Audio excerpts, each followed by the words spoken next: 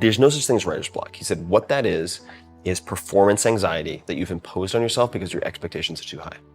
And he's like, just lower your standards. Lower your standards till you get started. In terms of patterns, we were talking about some of the things I've spotted. Meditation or journaling are performed by close to 100% of the people that I interview. What can I learn from the people I hate the most? Now, this does two things. It forces you to separate your morality from your search for effectiveness. Right. It also helps you to develop some degree of empathy. And those two are very powerful. So what can I learn from the people I hate most? Is a very, very useful practice. So I'll journal on that very often.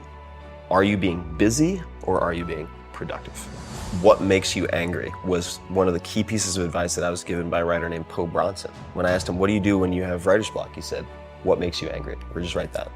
Copyright your faults. And of course there are weaknesses you should address, but then there are flaws that can be converted into strengths.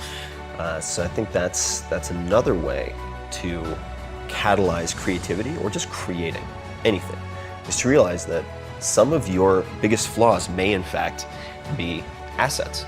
This is Derek's recommendation to his younger self and really to any 20 or 30 something, but it applies to everybody, which is, in effect, you can do almost everything you want in life, but you can't do it at the same time. And if you can just dedicate yourself to one thing for even a year, and then the next thing for a year, you can do those 10 things.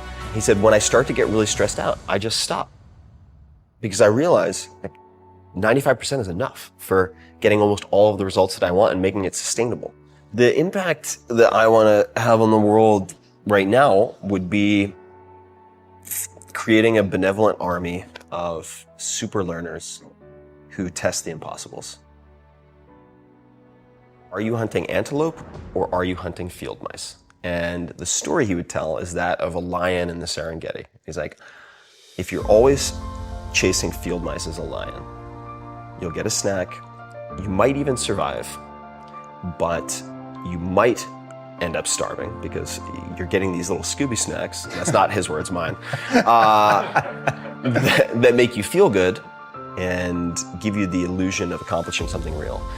And for me, that's translated into, are you being busy or are you being productive? Yes. So copyright your faults. This is from Dan Carlin. But copywriting your faults. Dan was a radio guy before he was a podcast guy. And he was constantly getting criticized because he would go into the red. He would shout and he was really loud and he'd go up and he'd peak and drive all the audio people crazy. And then he'd get really low and whisper and they're just like, dude, come on, you're killing me here.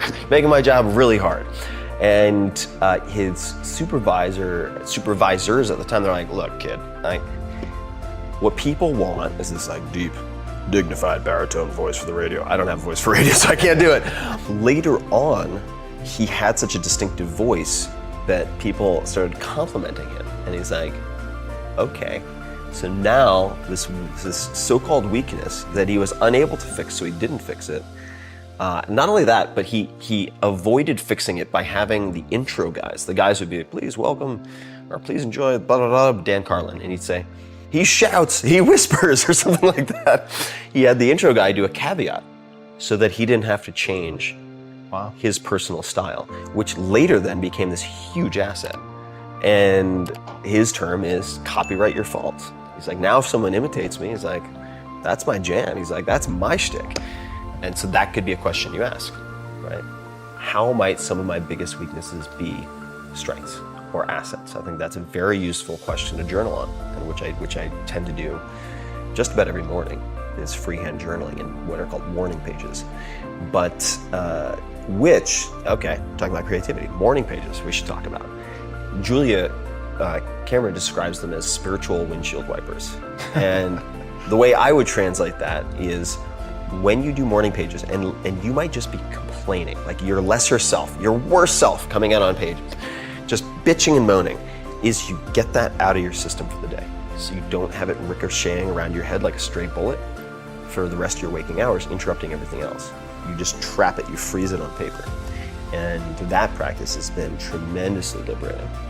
Not only from a well-being standpoint, but from just freeing up my CPU so that I can focus on things that are more important. Because if I have all that, like, God, that guy and the dad and the dad, like I should have said bye, like all that bouncing around all day, it's like you have antivirus software just slowing down your, why is this so slow? It's like, yeah, because you're thinking about these stupid grudges that you're holding against people for trivial bullshit. Like, who cares if the guy at Starbucks bought the last thing of cashews, you idiot? Like, Ferris. Deeply troubled. Yeah, like Ferris pulled together. So if I get it on paper though, I'm like, okay, I've dealt with that. Now, in the book, you encourage people to bounce around. What's one thing that you hope nobody skips? So the book's broken into 3 sections. You have healthy, wealthy, and wise, which is a nod to Ben Franklin. I mean, they're all interdependent, right? Because they're sort of the 3 legs of the stool: healthy, wealthy, and wise. So I do think you need all 3. So Derek Sivers is this like programmer monk, philosopher king startup entrepreneur who started CD Baby, which was the largest marketplace for independent musicians at the time. Sold it for, I think, $24 million. But he and Seth Godin, I think, are 2 examples of people who are very good at genuinely, in real life, following contrarian rules that work exceptionally well. So Derek has a couple of one-liners that I think are really fantastic. So I'll give you a few. One is, if more information were the answer, we'd all be billionaires with 6-pack abs. That's a good one, right? And you just absorbing, not even absorbing, just reading and watching and listening to more isn't enough. Like, you have to apply it. You have to use incentives. You have to have rewards and punishments set for yourself so you actually get things done, timelines, etc. So that's one. Another one is, don't be a donkey. And that, so he says that to himself all the time, like, don't be a donkey, don't be a donkey. And the reason is, there's I want to say, it might be a philosopher's paradox, but I don't think it is. I think it's just a parable about Buridan's ass. So it's about a donkey who is thirsty and hungry. And there's water on one side, a few feet away, and hay on the other. And he can't decide whether to do the hay first, or the water. The hay or the water. And he dies of thirst at the end of it. He couldn't do them sequentially. So this is Derek's recommendation to his younger self, and really to any 20 or 30 something, but it applies to everybody, which is, in effect, you can do almost everything you want in life, but you can't do it at the same time. And if you can just dedicate yourself to one thing for even a year, and then the next thing for a year, you can do those 10 things. But if you try to do all 10 at once, you're gonna be Buridan's ass. You're gonna be like, should I do this? Should I do this? Or should I focus on this? Or should I focus on this? So don't be a donkey.